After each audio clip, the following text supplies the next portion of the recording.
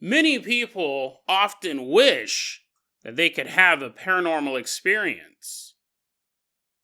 But most of the time they're just thinking of seeing the ghost of a dead loved one, or maybe an old-timey spirit standing near the candelabra. What they don't realize is that some paranormal events can be mind-shattering. And then we meet a family who's preparing to go on a day trip down to the shore. Little do they realize they're about to pack their bags and leave their house for the last time. Today on Dead Rabbit Radio.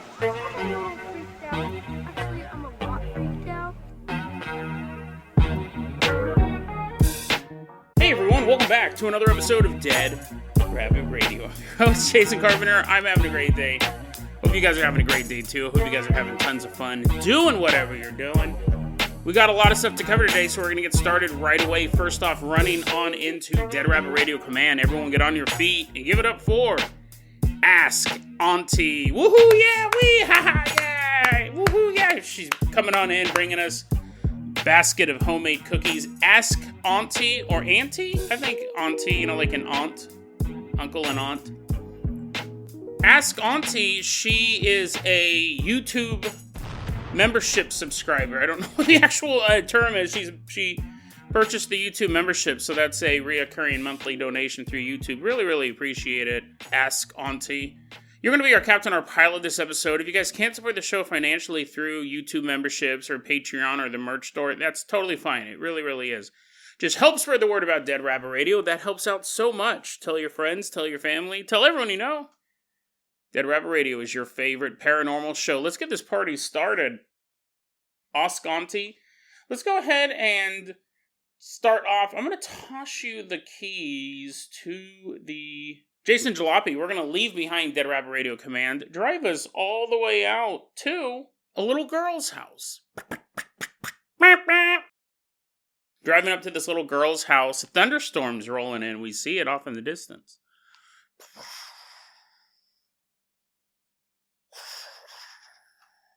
Get inside! Get inside! We hear a mom say, and we see this little girl. She's about 4 or 5 years old when this story takes place. We don't have her real name. We'll call her Alice. Mommy, I'm coming. Now let me pick up my tea set. Come on, forget your tea set. Little Alice, come on in. You're going to catch your death out here.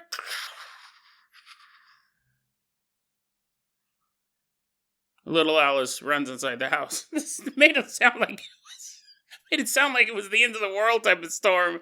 Something from The Wizard of Oz. None of that has anything to do with the story, by the way. Just in my notes it said, there's a thunderstorm. All of a sudden the police are like, we can't hold it back. Evacuate the city. And FEMA's like coming in. They're like, the barricades are failing, sir. This thunderstorm, we've never seen anything like it. People are getting washed away by flash floods. Ah! The entire city's in chaos. All that from one line in my notes. Alice posted this online. She said, back when I was around 4 or 5 years old, I was sleeping during a thunderstorm. That was it. It has nothing to do with anything. That's just when she was sleeping. She was sleeping during a thunderstorm and she wakes up. She hears helicopters flying away with the last surviving residents of the city. She's been left behind. She wakes up. There's a thunderstorm going on. She hops out of bed. And she walks out into the hallway of her house.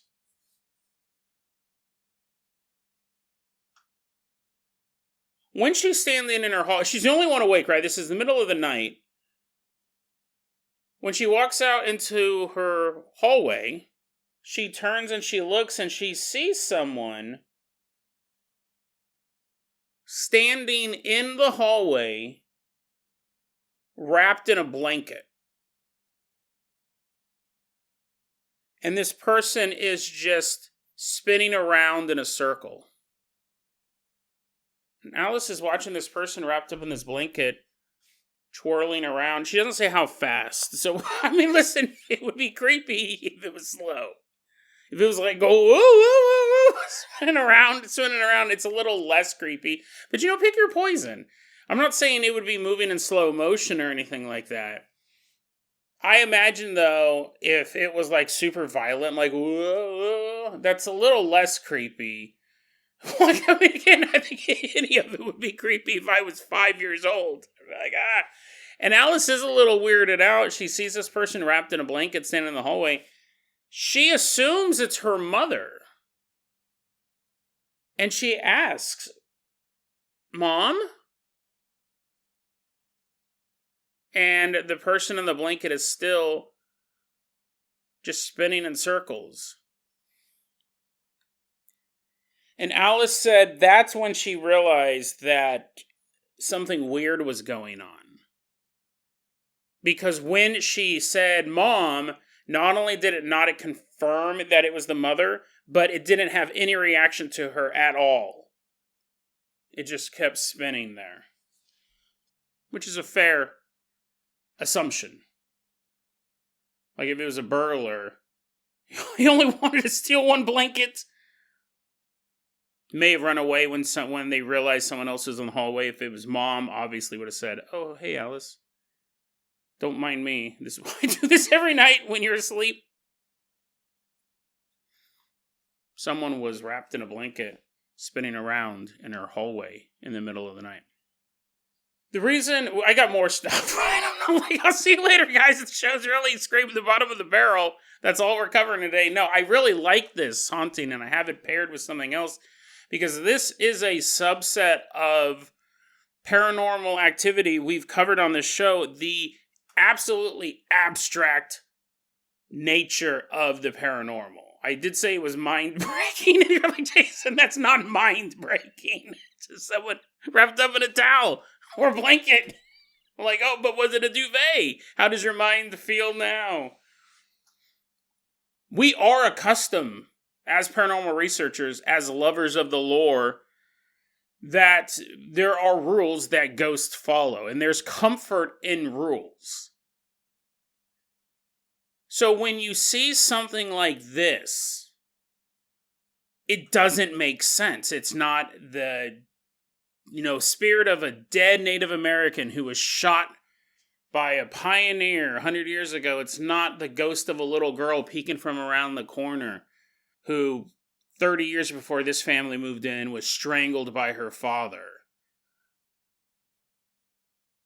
We don't know what it is. It's almost like, and this is something that we've touched on this show as well. I think there are things that we see. We know this is true in real life with real life trauma, where people will undergo extreme moments of trauma and then their memories won't make sense. They might not remember any of it, or they'll remember things that just are impossible. Because your brain breaks. Your brain's not developed to undergo severe trauma and then just move on with their life. Then just move on with your life. I mean, it's possible. That's the healthy way to do it. But it can cause some cognitive issues around that. It's possible that her brain saw something and the only way it could understand what it was looking at was someone wrapped in a blanket spinning around. It could have been a monstrosity beyond all comprehension, especially for a child. And that's the only way her brain could process it, was a humanoid wrapped in a blanket spinning around in a circle. What she saw was far more terrifying, mind-breaking, in a sense. That's possible. It's also possible that it was a spirit that, for whatever reason, showed up in such a bizarre fashion. Because even if you saw someone doing this, if you didn't tell anyone, if you live with other people at home and you didn't tell anyone, in the middle of the night, you wrapped a blanket around you and just silently spun in circles until one of them woke up. No one wakes up, you're all vomiting in the corner. Blah. It's creepy. It's a creepy visual. So for a spirit to be trapped in this type of activity for God knows how long, like maybe when no one is waking up, ever so often this happens. Maybe there are nights where the family is sound asleep, and if one of them looked out into the hallway, they would see someone wrapped in a blanket spinning around in their hallway. This is the one time somebody noticed it. There's also the idea we've touched upon on this show. I don't know if I can find the episode, but there is the theory that ghosts are very powerful around water for whatever reason we don't know. And that has actually been expanded to before and during thunderstorms, and possibly shortly afterwards, spiritual activity will increase because they're drawing off of all of that water. That's something that does pop up in the lore. I don't know if anyone's ever made a concrete reason as to why. That seems to almost... The likelihood of coming back as a ghost after you've drowned seems to be higher than if you had died in your sleep. For whatever reason, we don't know. I did that story recently. I'll put that episode in the show notes about the well. Do you remember that one? That one's really creepy. I'll put that in the show notes. I don't want to ruin it, but it's possible that this entity appeared because of the thunderstorm. It's possible that this is just the first time they've seen it, and when the doors are closed and it's late at night, there is someone wrapped in a blanket spinning around in their hallway. That's terrifying. What you can't see, what you can't even imagine is out there, is happening right behind your closed bedroom door.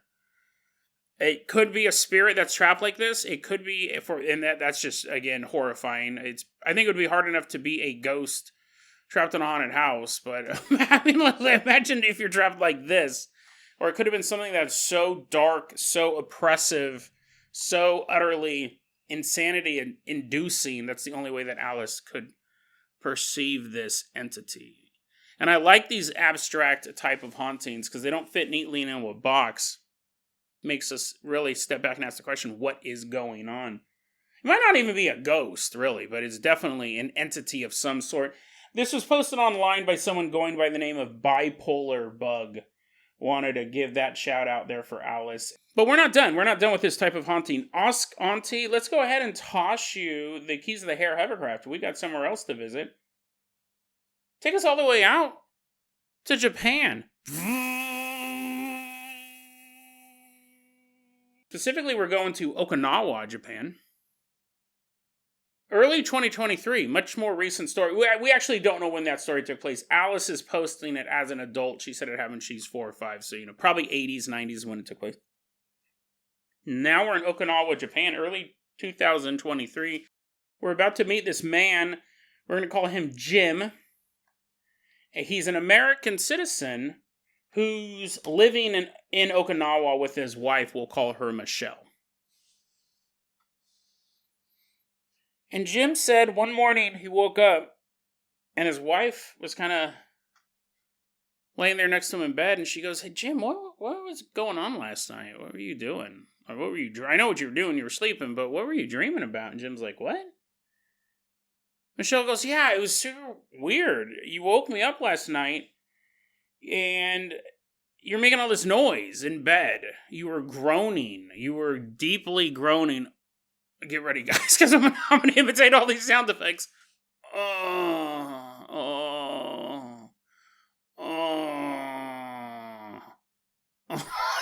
like a whale. It sounds like a beached whale. She goes, "You were groaning, and every so often you would laugh in this really off-putting way." Yo.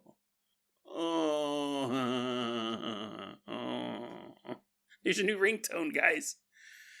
You were groaning, you were laughing in this really bizarre, creepy, off-putting kind of way, and you kept curling into, this fetal position.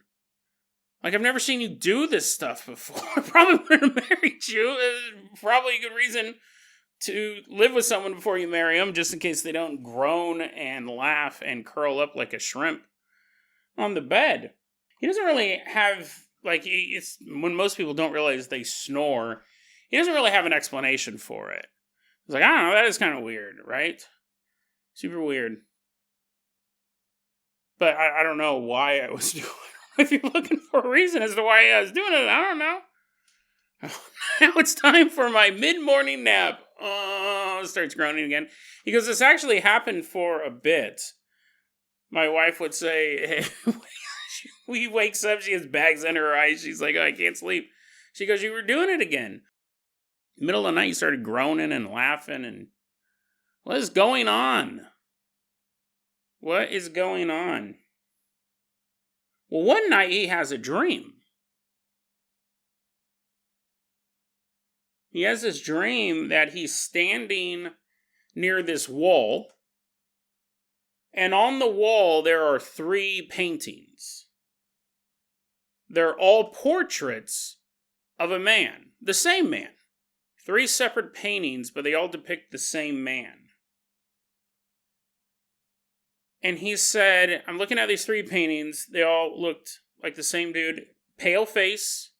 Very sharp facial features. So I'm assuming like high cheekbones, sharp nose, things like that. Sharp facial features. He had this short and kind of messy bluish black hair that he described as a comic style. Like a comic style. I don't know if that's the haircut or the way that it's inked. He goes, I have this bluish black hair. 3 portraits, all of the same man. And I'm standing there and I'm looking at them. They're on this wall. And all of a sudden, I start peeing on them.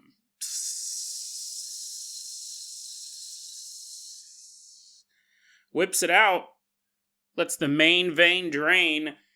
He's peeing all over these pictures. These 3 portraits of this man. And he goes, as I'm peeing on them, I don't know why I'm doing it.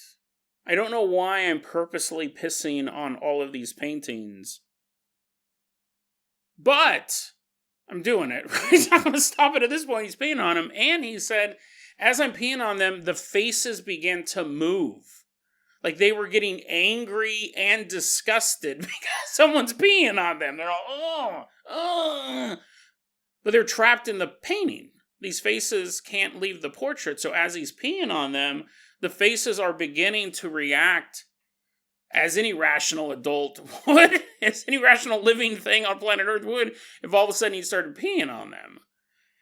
And he said they started to distort as well. They were disgusted and they were distorting, and he felt that the longer he peed on them, the crazier the images got. So it's now not just the look of disgust, but something's going on in these paintings. They're starting to distort. They're starting to become scary. Something crazy is happening in these portraits, but he won't stop pissing. All of a sudden, wake up! Wake up! Michelle in the real world is waking Jim, waking him from his slumber. And when she's waking him up, as Jim is becoming conscious again, as he's waking up, he hears himself groan. Like mid-groan. Like she woke him up where he heard himself groaning. And he's laying there in bed and he goes, honey, what is it? And she's like, Jim, you know that groaning thing you were doing? You've been doing it for a bit. He's like, yeah, I heard myself groan. You woke me up mid-groan this time. She goes, I was laying here in bed and he started groaning again.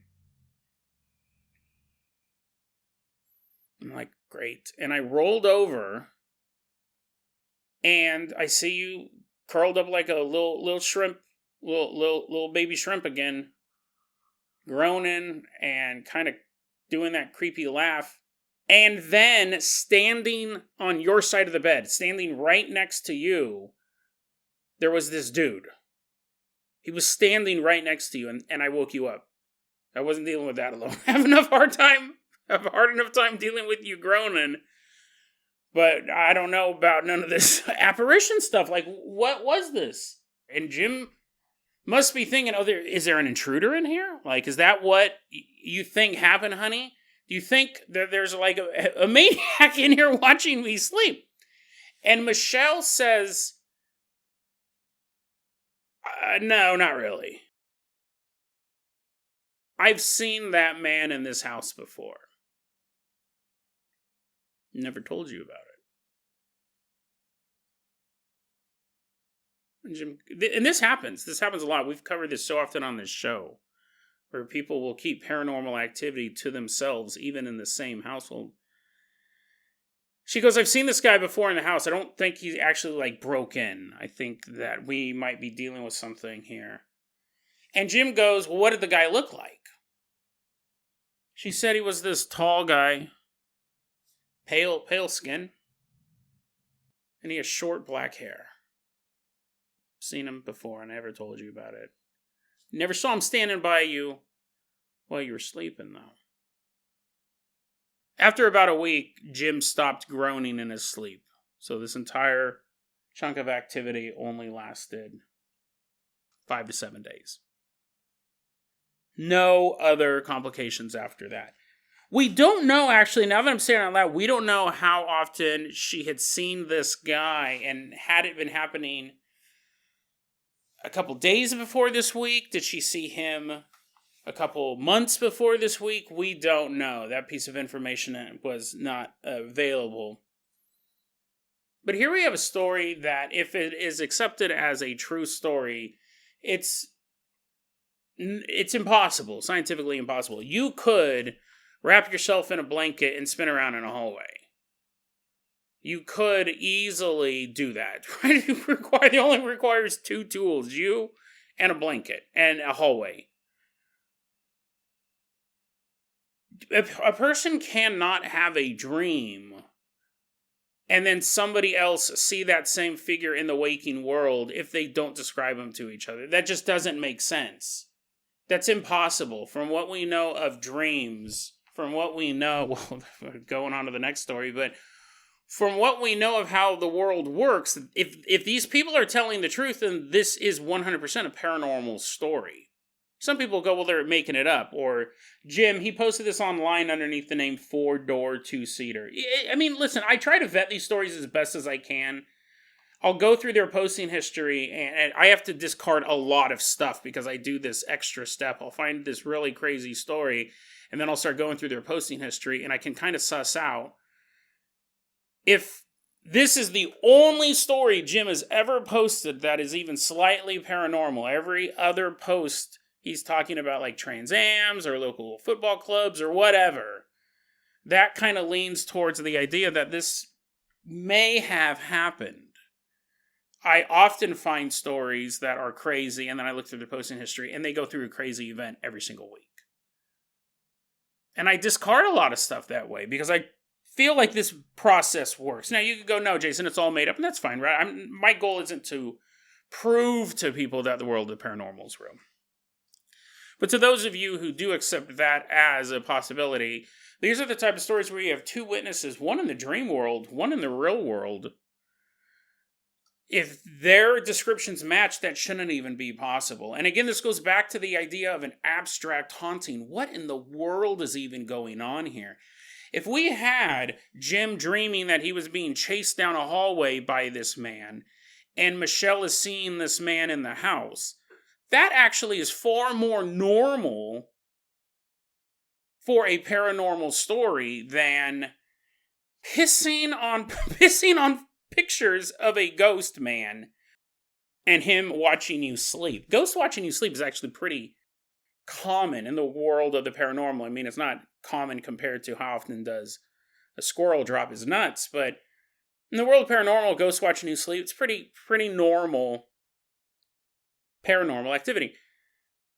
Really, like, this is one of those things that you go, my first thing went to, this ghost has, you obviously, I was probably going to start off with this one, maybe this ghost likes to be peed on. Maybe this ghost, because remember, he was having this groaning noise for about a week. He only remembers the one dream. Who knows what other disgusting sexual fetish this ghost was making this dude do. He's peeing all over these pictures. Maybe the ghost gets off on that. That would beg the question, like, Jason, damn it, can't you just tell a normal ghost story? Does everything have to become some bizarre fetish? If you have a fetish, if you're like really into feet, and you die, does your ghost have a foot fetish, is what I'm getting at. Would your ghost have a scat fetish? Don't look that up if you don't know what it is, just leave it be.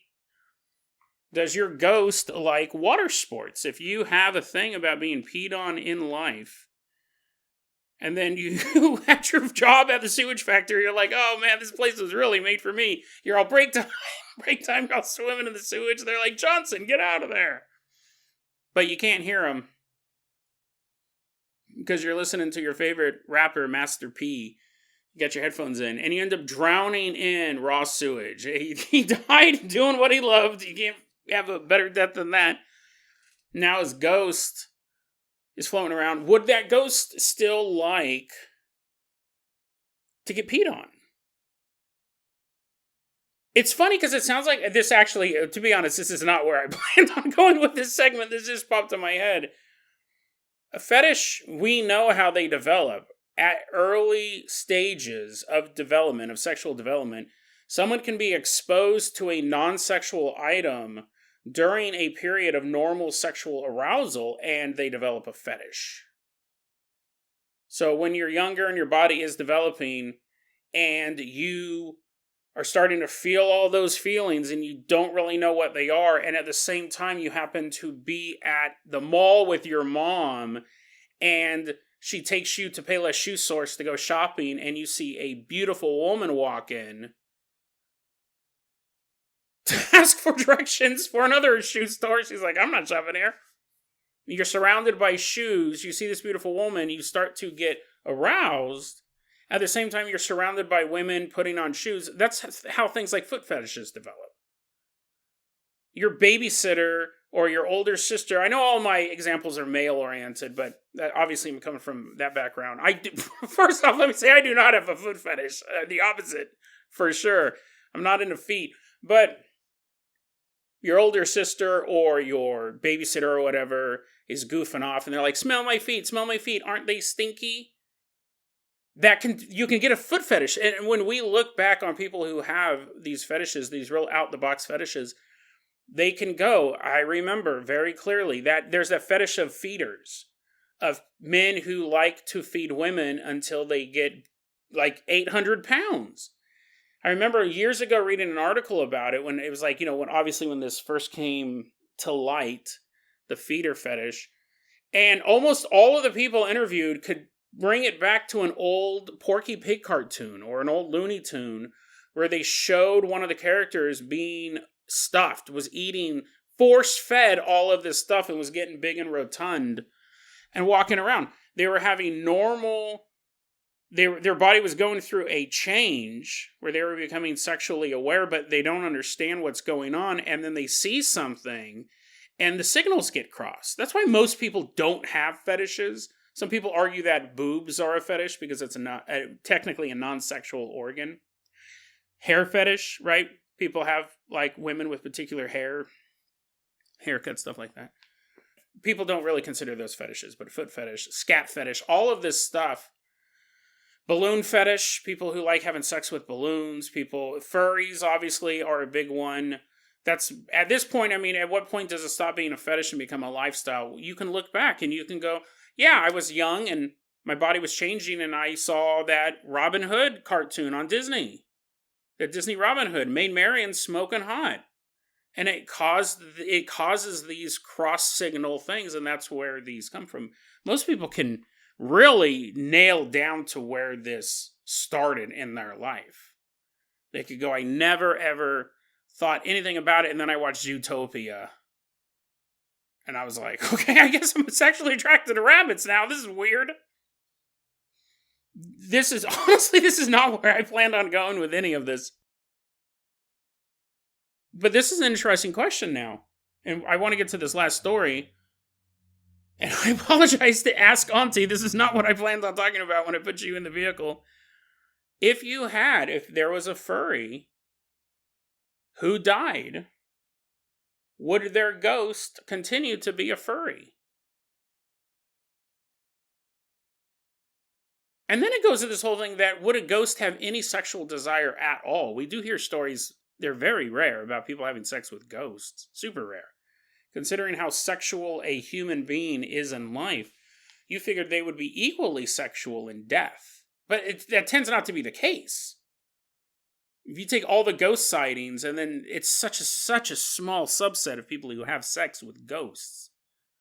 such a small subset, even though most humans on the planet Earth enjoy sex or try to have sex or spend an inordinate amount of time meeting a partner to have sex with.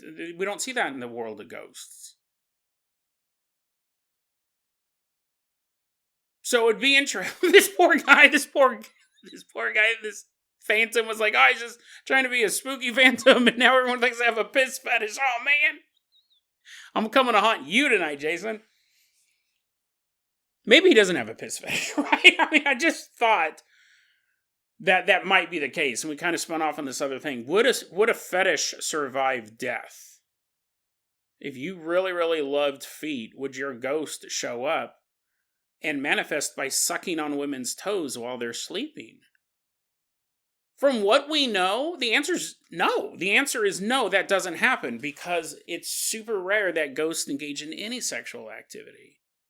Or even are slightly bent that way. We do have like that ghost of the Stanley Hotel that pinches women. We do have ghosts like that. We have jealous female ghosts that attack women when they bring men to hotel rooms. There are all sorts of stories like that, like haunted hotels, things like that. But if you look at it, it's probably like 1% of all reported ghost activity has some sort of sexual component. So that must dissipate after death, which is interesting to think, because for some people, a furry, for example, it's not just a fetish, it's a lifestyle. They consider themselves like, this is part of who I am. So if they lost that after death, who are they? It's a super interesting question. Again, I didn't mean to go off on any of this stuff. Someone who has a foot fetish, I don't think they define themselves as someone who loves feet. If being honest, they probably hide it from most people. I doubt they go to a foot con. I doubt they go to a convention where it's just a bunch of... They go to a shoe sales convention. I don't think they consider themselves that is their lifestyle. I am a footie. I love the feet. I'm a member of the Foot Clan. But someone who is a furry, that can be their lifestyle. That's where all their friends are furries. They go to furry conventions. They have furry lovers. All of this stuff, and it does help define them. You have the person who has no fetishes, the person who has a foot fetish, and the furry. They all die at the same time. It seems like the sex drive is kind of wiped away. So what does that mean? Are there furry ghosts? Are there ghosts of people walking around in fursuits or dying and becoming like a fox, a spectral fox? I don't know. It's probably something I need to start researching, because it's an interesting question. That wasn't where I planned on going with that story. I was just planning on talking about the abstract nature of it, peeing on paintings. Such a bizarre way for a phantom to appear, but I think we kind of stumbled across a different question. What happens with the sex drive after you die? Super bizarre, because it is a big part of humanity is to have sex. And even though you will have mean people die and be mean ghosts, and loving people die and be spiritual protectors, we see other personality traits follow people into the afterlife. Why not sex? Interesting question. I might have to expound on that. I'm doing another live presentation at the Oregon Ghost Conference, 12th Annual Oregon Ghost Conference in Seaside, Oregon. I might expound that here. That's a family event. There's a lot of kids there, so probably won't, but interesting question nonetheless, and it's not where I planned on going, but I'm surprised we haven't asked that yet over, 5 years of this show. Ascanti, let's go ahead and touch the keys to the world-famous Carpenter copter. We're leaving behind this ghost who may or may not have a fetish so intense it followed them into the afterlife. We're leaving that old bizarre story behind. Fly us all the way out to Australia, mate. The story took place years ago. That's about as close as we have as a date. I'm assuming around 10, 15 years ago would be my guess. We're about to take a look at the story of this young woman. We don't have any of these real names. We're going to call her Valerie. And on this particular day, Valerie had her cousin Brittany spend the night. Because the next day, Valerie's family and Brittany were going to drive on down to the coast, take a day trip down to the coast and experience all the beauty that Australia has. This should be fun, right? Hanging out on the Australian coast. See a couple of jellyfish swimming on by, fly a kite, whatever. Whatever you do on the beach. Well, the night before they're supposed to leave, Valerie's deep asleep. She's sharing a bedroom with her cousin. They're both deep asleep. And all of a sudden, Valerie is awoken by the panicked screams of Brittany. Deep asleep, and then all of a sudden, ah! She didn't sound like Edith Bunker. I guess that's the only scream I can do. That's an old reference. You're like, what? You're all Googling Edith Bunker. You're like, what? Is that a place? Is that a battle during World War II? She's screaming and wake you up. I can't imagine how terrifying that would be. I can't think of a time I've ever been awakened by the screams of somebody else. I mean, not like I've been woken up while I fall asleep watching a horror movie. From time to time, I do fall asleep during horror movies, especially if they're boring. And then some jump scare happens, and I'm like, oh, what? I see the nun 2 walking down the hallway. It's like, oh, I forgot I was watching this. Go back to sleep. That's not Valerie's experience. She's dead asleep. She's awoken by the screaming of her cousin coming from the same room. I mean, just think how panicked you would be. And her cousin screams like Edith Bunker. Like the many good men who lost their lives defending that bunker in World War II. It's tragic and terrifying. Valerie wakes up, and Valerie's trying to figure out exactly what's going on. Brittany's screaming at the top of her lungs. Brittany then jumps out of bed and runs out of the bedroom, still screaming. Valerie has no idea what's going on. Nightmare, you could probably assume, but it's too soon to tell. You have no idea. And then, somewhere else in the house, you hear your brother screaming.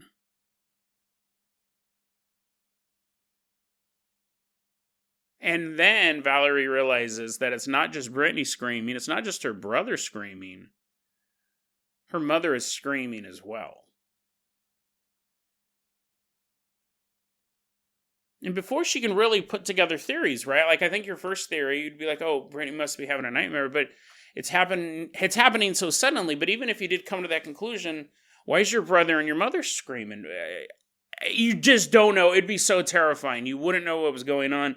So Valerie jumps out of bed and she goes into the hallway, and she sees at one end of the hallway is her father standing there looking tired and puzzled. At the opposite end of the hallway, Valerie sees her mother, her brother, and Brittany all holding on to each other, sobbing and screaming. Looks back at her dad. Her dad's like shrugging his shoulders. He's like, your guess is as good as mine. And Valerie said after they all started to calm down, once Brittany and her brother and her mom started to calm down and be able to actually talk, because they're so terrified over something.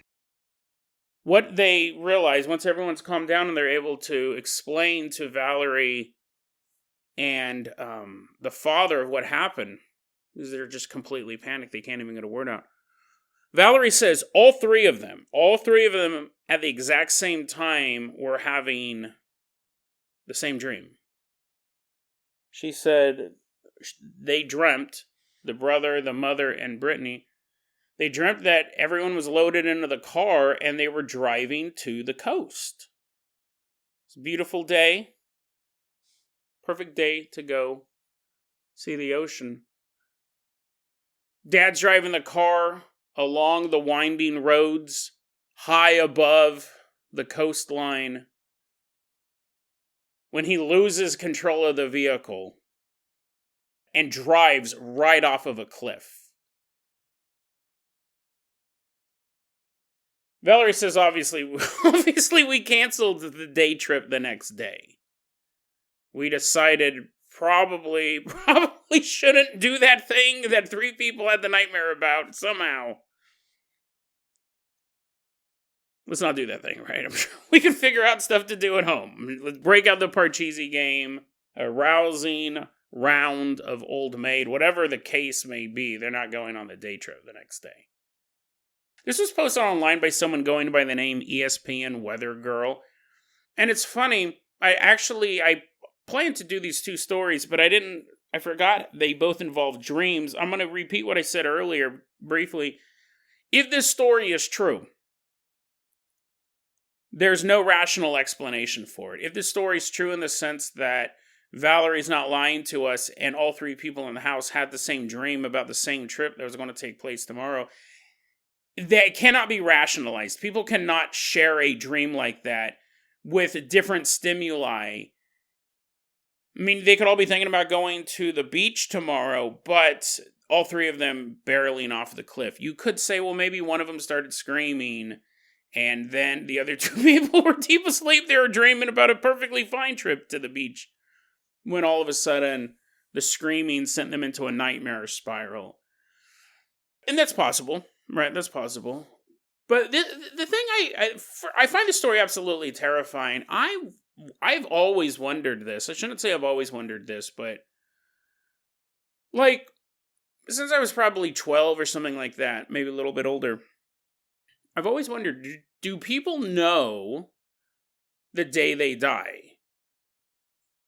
And I don't mean like I know that I'm going to die at the age of 88 on March 7th. What would that be?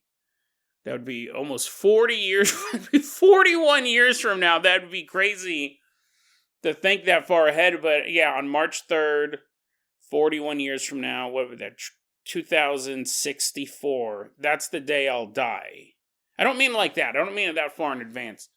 I wonder if when you wake up the morning, the day you die, do you have an inkling? Unless you literally woke up and said, I'm going to die today, and then died later that day, we wouldn't know. And I don't think most people would do that. I know there was, I'll put it in the show notes, there was this story, this heartbreaking story. This is, not, you didn't know the day, but there was a young woman who was eating, I think it was a ton of black licorice. She was either eating black licorice or chewing black licorice gum. And black licorice is one of those things that's super common. It's disgusting. It's flat out gross. I have a hard time trusting people who eat black licorice for fun. And I know a lot of people who do. There are trust issues, I guess. My mom loves black licorice. It's disgusting. It tastes like medicine. It's so gross. It's worse than cotton candy. Even at least cotton candy tastes good. It's just disgusting everything else about it. It's an edible web. Black licorice is disgusting, and apparently it's one of those things that's super common, but it can kill you. If you have too much Diet Pepsi, unless you're drowning in it, it's not going to kill you. If you have too much soup, if you have too much delicious spicy chicken quesadilla soup from Campbell's, that's what I'm having for dinner tonight. I love that. It's my favorite soup. I'll die of, coronary disease, right? If I eat too much of it, I'll balloon up to 500 pounds. Again, that would require 10 cans a day for quite a while. Who knows, guys? We might be able to make it. Black licorice can kill you. Black licorice can actually disrupt the electrical signals going to your heart. This is a known thing.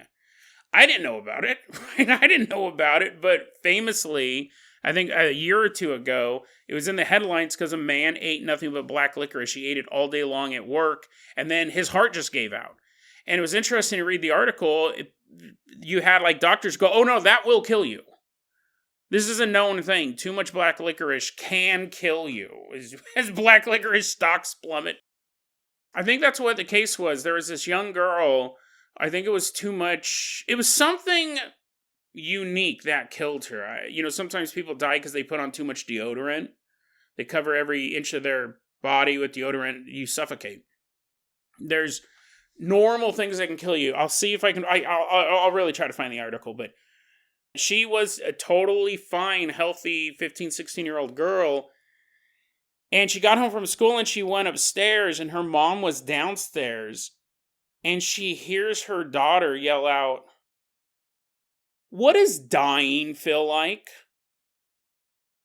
And then she died. So that's a much closer thing, right? I mean, like, obviously she was in the process of dying, but she must have realized something was going wrong with her body.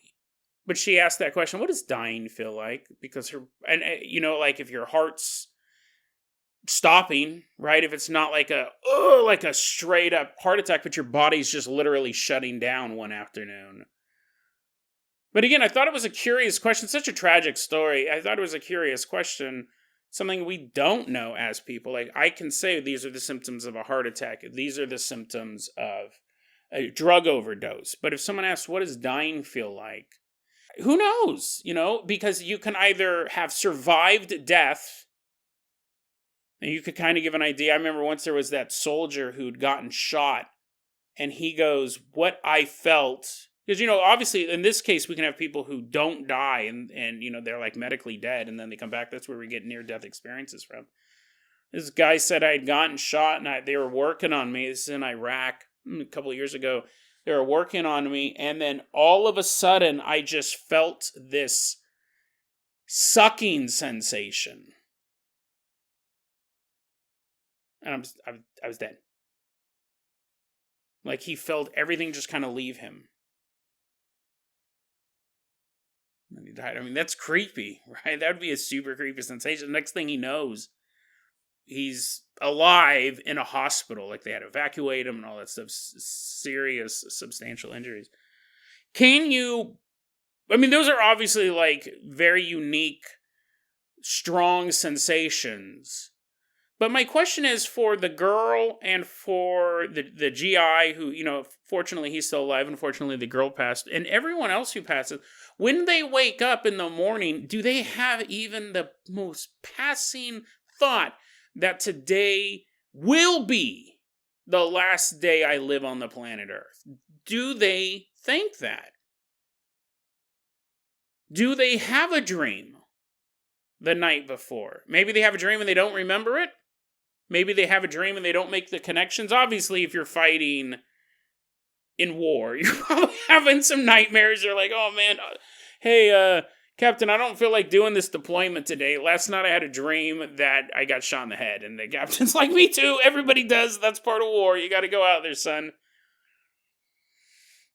Or not. Because it's super interesting because we have these three people have these nightmares. And we'll wrap it up like this. I know these episodes are going long. I'm trying to figure out a way. I'm having a lot of fun doing it. I just wish they weren't so long. But let's wrap it up like this. There's a couple different ways this story could have ended out. We have 5 people. 3 of them had a dream that they were going over a cliff. And to their doom, to their deaths, it wasn't like he regained control halfway down the mountain. What if one of them had that dream?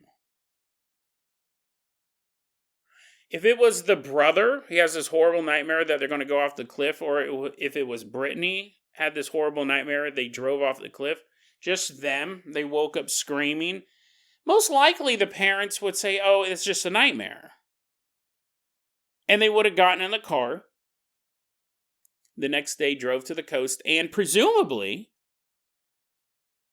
lost control and went off the cliff. Because that's what this dream would mean. It seemed because of the 3 people. That's what makes the story so much more paranormal. You have 3 people having the same dream already. Not possible. And then you have it seeing the future. It's such a specific image. It's a omen of death and disaster. If one of the 2 kids had it, probably still would have went on the trip. Car would have lost control, gone off the cliff. It would have been a tragedy, probably would have been in the newspapers. Family members would have mourned their deaths. No one outside of that family of 5 would have ever known about the dream. It's not like you're going to call up a relative, hey, guess what? We're going on a day trip. But before we do that, you want to hear the funniest story? My son had a nightmare last night. The car would have just gone off the cliff. Everyone would have died. No one would have ever known that somebody in that car had a dream warning them not to go. I think if the mother had the dream, I think she, as an adult, would say, I don't want to go. I don't think any of us should go. If the kid has a nightmare, you can just be like, well, listen, you're a kid. Kids dream nightmares. The mom could have stopped it. But then I think, what if It was just a single dad and his daughter, Valerie. They didn't have the dream. They were confused by the whole thing. Father and daughter, day at the beach. Hop in the car, honey. Let's have fun. Car goes off a cliff. Single father and his daughter die on the way to the coastline. Probably show up in a couple newspapers. Nobody would have even thought, I wonder if only he had never left his wife and they didn't have joint custody of the kids and it was his weekend with the girl. Maybe then they could have been warned through dream, because that sounds insane, right? You had the right factors here. You had the family, you had multiple people who had the nightmare, you had the right people who had the nightmare, and they chose not to go. And had they gone and that car went off the cliff, nobody would have known of the paranormal warning this family received. And while I'm in a way against following, I'm always torn between this, because since I had lifelong anxiety attacks, I'm constantly having to fight my gut to say, get off the airplane. I never want to take an airplane ride. It's not that I'm scared of planes. It's when I'm on the plane, I'm like, this is it. This is the plane that crashes. This is the plane that goes down. This is the plane that blows up. I mean, okay, nowadays, if you're flying on a Boeing-built airplane, those things might be true, but my gut instinct always says get off the plane. My gut instinct always says cancel the trip all the time. I didn't want to go to the Oregon Ghost Conference last year. I kept thinking this is going to be when the tsunami hits. We're going to go out there. The tsunami is going to hit. So I have to not follow my gut a lot of times because my anxiety lies to me. But I've studied myself for, 47 years. I know how my mind works, and there have been times where I've missed really cool opportunities because I wasn't listening to my gut, right? I was kind of doing what my gut was telling me to do, and I was missing out on these cool opportunities. While other times that I'm on the plane and it's getting ready to taxi, I'm like, this is your last chance, Jason. You got to get up. You got to tell them you can't go on this flight. This is the flight. And I do the flight anyways, and I've never died in a plane crash. And I went to the Oregon Ghost Conference, and I wasn't killed in a tsunami. So I have to fight. My gut instinct is always wrong. And that, actually, now that I think about it, that might be a reason why I'm so fascinated by the idea of, do we know the day we die that we're going to die? Because I am always in a state that today is the day I'm going to die. That's kind of how, and I mean, it works good, right? When you want to get stuff done, or when you just want a day to relax, you realize, like, today, I hold that to be true. Today might be the day you die, so, actually, now that I think about it, I'd be like, well, I guess I'm not working today. I'm going to play more Minecraft because I might die today. But I've constantly had that thing in my head, and I wonder if other people, when they do die, the day they die, if they know it's coming. I wonder if they have dreams like this. I wonder if things happen and they blow it off. Because if it was just you, maybe, I've had nightmares about horrible stuff. Right? I had a nightmare the other day. There were a bunch of zombies at Walmart. I still went to Walmart. Right? I had to go buy sodas. I went to Walmart. I avoided, I didn't let the dream tell me what to do. But I don't know. It's very interesting to me. Obviously I'm not dead. I wonder if you know, and I wonder if, and not even if you can prevent it, but just if you know. I'm not even saying so much that to prevent it. I wonder if when you wake up the day you die, if you know in your heart of hearts, this is my last day on earth. We're talking about super extreme examples here with, having this dream. All three people having the same dream. That would trip you out. That 100% would cancel that trip. But just the less extreme example of that, just waking up and going, I don't know if you would wake up and go, this is the day I'm going to die, or if it's almost like a situation with that young girl where you're thinking, is this what she thought? Is this what dying feels like? I wonder if people wake up and in the back of their mind they're thinking, is this what the last day on earth feels like? Is this what it feels like to wake up for the very last time? I don't know. I find it fascinating. I wonder if that's the case. We won't know. Even if we heard a couple anecdotal stories, we could go, well, interesting. Interesting and terrifying in many, many ways. I mean, death is something that is inevitable. I know most people don't like to think about it. It's not like I love to think about it, but I do think about it. The funny thing is, like, death is so tied in to the paranormal, but there is nothing paranormal about death. It's probably the most normal thing a person can do.